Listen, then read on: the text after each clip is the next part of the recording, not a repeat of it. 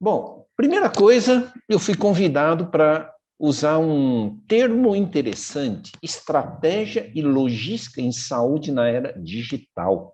Então, você vê que é para provocar polêmica, né? Todo mundo fala sobre telemedicina e eu estou falando sobre estratégia e logística em saúde. O que é isso, afinal?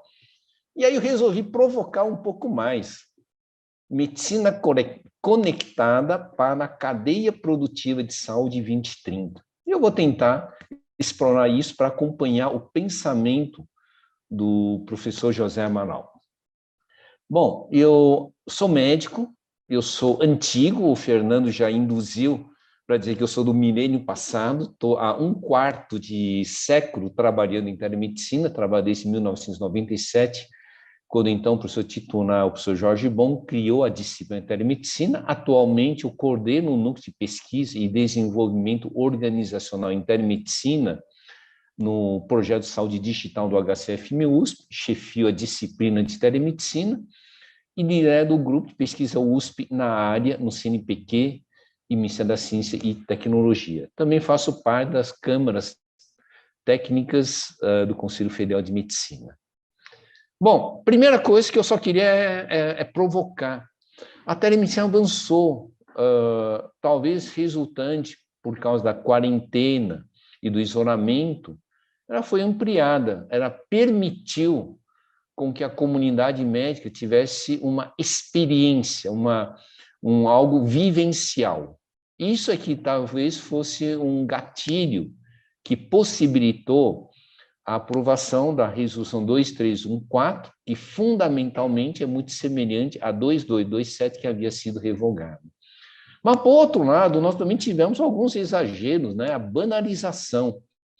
Eu ouvia falar, não, telemedicina é teleconsulta, são sinônimo, ou telemedicina ainda é ferramenta.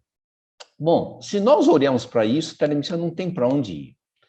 Telemedicina não é nem apenas teleconsulta e nem é ferramenta. Telemedicina é um método e é muito mais que a simples teleconsulta. Teleconsulta é apenas um ponto de conexão. Talvez nós usemos a expressão teleconsulta para muita coisa e nós deveríamos caracterizar melhor. A telemedicina é irreversível. Por que ele é irreversível? Talvez seja até a salvação. O professor José Amaral falou sobre a evolução tecnológica e eu diria que hoje nós temos uma sociedade em grande rapidez de evolução. Eu até digo que nós estamos na década dos 4 hiper. A hiperconectividade, a hiperrealidade, a hiperpresença e a hiperinteligência, e não é ficção científica.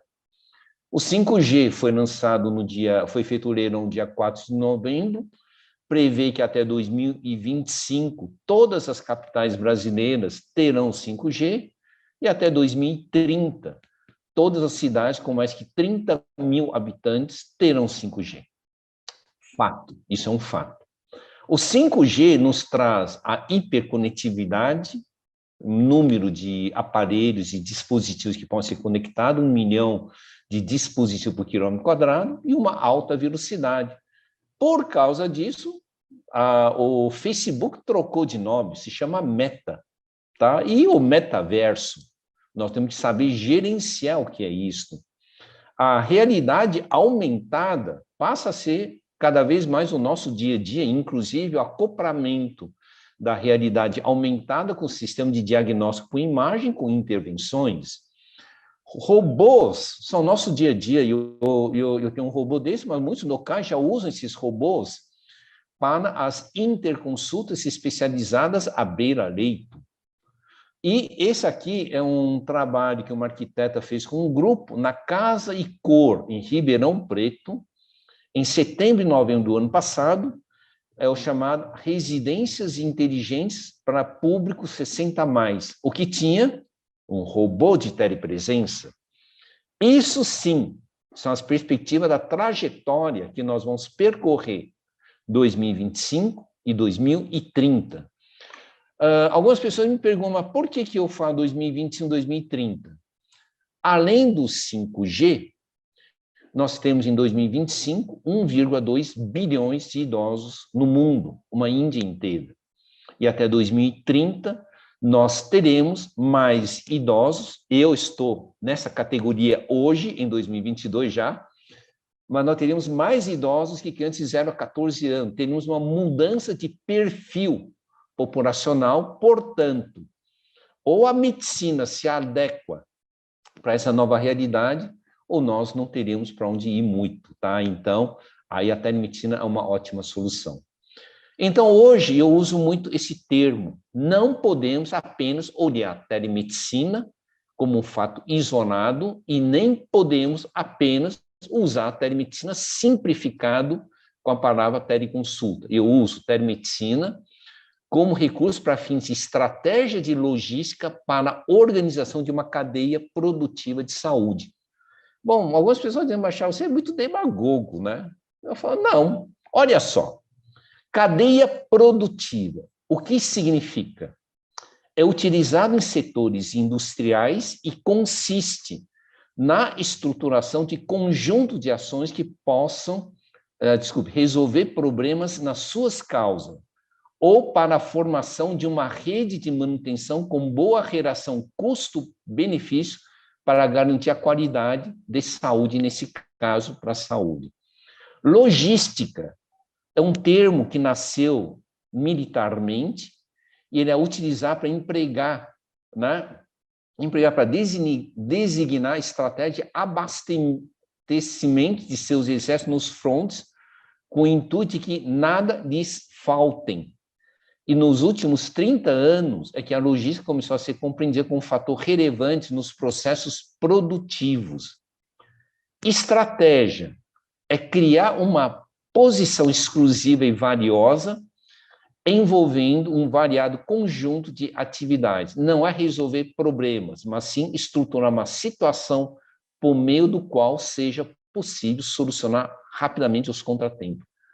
Então, nós temos que juntar estratégia e logística para provimento rápido de soluções para organizar uma cadeia produtiva. Então, o que isso significa? Telemedicina de logística. Não devemos pensar a telemedicina como substitutivo da medicina. Nós devemos pensar a telemedicina como a expansão da medicina diante da evolução tecnológica, para criar a medicina conectada. A telesaúde não é para substituir a saúde, mas é para proporcionar, just in time, cuidados integrados biopsicossociais. Se nós olharmos para dessa forma, nós temos muito que evoluir em 2022 até 2030. Então, nós não paramos, nós não terminamos.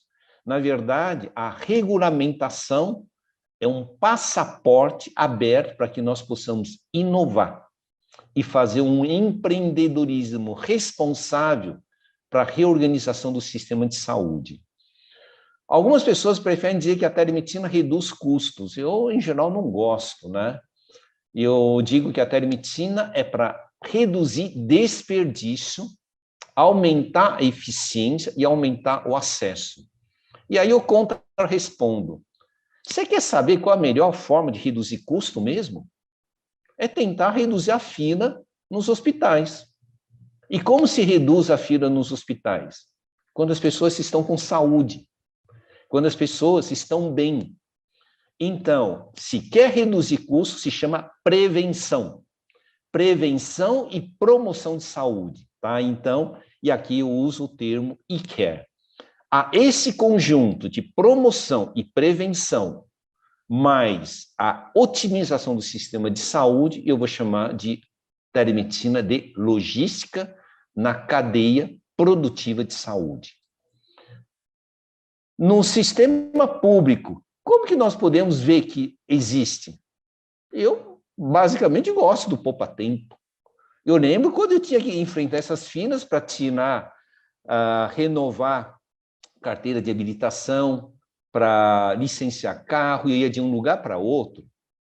E, numa ação governamental, fizeram uma logística tecnológica digital eficiente interligando com a cadeia de serviço real. E aí nós tivemos um poupa-tempo com uma distribuição de atividade. Quem diz que o sistema público não consegue fazer serviços bons, tá? Então, eu considero um bom exemplo de como a tecnologia digital consegue transformar algo importante. Nós não temos um poupa-tempo digital. Poupa-tempo é um sistema conectado. E esse é o motivo de por que eu não uso apenas a palavra saúde digital, mas eu uso a palavra saúde conectada, que é a saúde mais sistema digital para tornar uma saúde híbrida e nós podemos fazer as decisões sobre quando nós o utilizamos. No mundo privado, o melhor exemplo é banco. O banco conseguiu organizar uma cadeia, eles levaram 8, 9 anos para fazer. Então, por que nós não podemos fazer um plano estratégico 2022 até 2030, pensando nos bancos? Talvez os aplicativos no smartphone sejam o equivalente aos internet banking, pudéssemos usar em casa. A caixa eletrônica, nós acabamos também tendo algo irreal. Nós começamos a achar que em telemedicina com as pessoas é apenas o uso de um smartphone com aplicativo. Está errado. Nós temos um canal intermediário, talvez criar cabines parametrizadas de telesaúde, tricâmeras, com aparelhos de apoio a exame físico compartilhado e com confidencialidade e privacidade, isolamento sonoro e outros. Talvez esse fosse o intermediário e não fosse a simples aplicativos. E nós teríamos os hospitais criando uma rede. Isso sim é uma cadeia de resolução de problema de saúde e ao nível da residência nós poderíamos dizer que isso, a prevenção seria uma cadeia produtiva de saúde, tá? E aqui eu só quero também dizer que um dos grandes pontos que vai ser o desafio para nós expandirmos a telemedicina se chama educação, tá? Nós temos uma grande carência de educação em telemedicina e telesaúde, e aqui na resolução 2314 é importante, considerando que o médico deve buscar capacitação no uso de tecnologias digitais de informação e comunicação, telepropedêutica e bioética digital. Queria fazer uma alerta. O Conselho Federal de Medicina teve o cuidado de não reduzir a telemedicina apenas à tecnologia de informação e comunicação, inseriu tecnologias digitais, wearables, internet das coisas médicas e outro, então ele avançou. A outra coisa que é fundamental, que a resolução fez, inseriu educação, inseriu prevenção de doenças e lesões e gestão e promoção de saúde. Isso gera uma cadeia produtiva de saúde e não cadeia de resolução de doença, tá? Então, nós temos que usar as palavras de uma forma muito precisa e aqui reconhece que a telemedicina é um método e não é ferramenta. No dia 3 de junho, o Ministério da Saúde publicou a resolução de telesaúde e seguiu a linha de pensamento da resolução 2314, ao definir que a telesaúde ela envolve assistência remota, educação, pesquisa, prevenção de doenças e lesões, gestão e promoção de saúde. Fundamental. Nós temos que profissionalizar a saúde dentro desse conjunto. Um outro destaque, só queria dizer, o Conselho Federal de Medicina, aqui também pôs um ponto positivo. Vamos parar de enxergar a telemedicina como teleconsulta, mas vamos enxergar que a telemedicina é um processo para proporcionar linha de cuidado ao paciente. Linha de cuidado significa cadeia produtiva, ou na agilização de resolução de problema, ou na promoção de saúde, e a teleconsulta é apenas uma das modalidades. Então, para quem está ouvindo a minha fala, retirem do teu vocabulário telemedicina ferramenta e retirem a ideia de tentar associar a telemedicina apenas com a teleconsulta. Eu vou pular alguns slides, porque eu quero terminar. Já estou terminando. Só para dizer que o futuro, até 2030, será a saúde conectada distribuída. O Covid nos ensinou que os hospitais não são obrigatoriamente os locais mais seguros quando você não precisa ficar lá, tá? Então, aqui um levantamento que fala que o home care cresce em 22,8%, e empresa de home care cria um holding de plural care, e essa aqui é uma matéria de capa de uma arquiteta que, inclusive, apresentou sobre as moradias inteligentes wellness com saúde conectada. Esse é o futuro. Então, nosso futuro é esse: como construir um ecossistema completo, interligando educação, hospitais, dentro de um processo de nuvem, envolvendo cabines, sistemas móveis, a residência e um sistema de tele-multicuidado e saúde nas escolas. Então, encerrando a minha fala, só queria transmitir 2 pensamentos. Um, o nosso amigo Sócrates, com mais de 2.000 anos, ele fala: o segredo da mudança é focar toda a nossa energia não em lutar com o antigo, mas em construir o novo. Eu falo que o Sócrates foi um grande inovador desde a sua época, inovador e empreendedor. E a outra, o futuro está aqui, apenas não foi uniformemente distribuído. Sem educação, não teremos como distribuir corretamente. Então, um dos investimentos que nós temos que fazer de uma forma maciça é na educação profissional e na educação da população. Então, vou encerrando a minha fala aqui.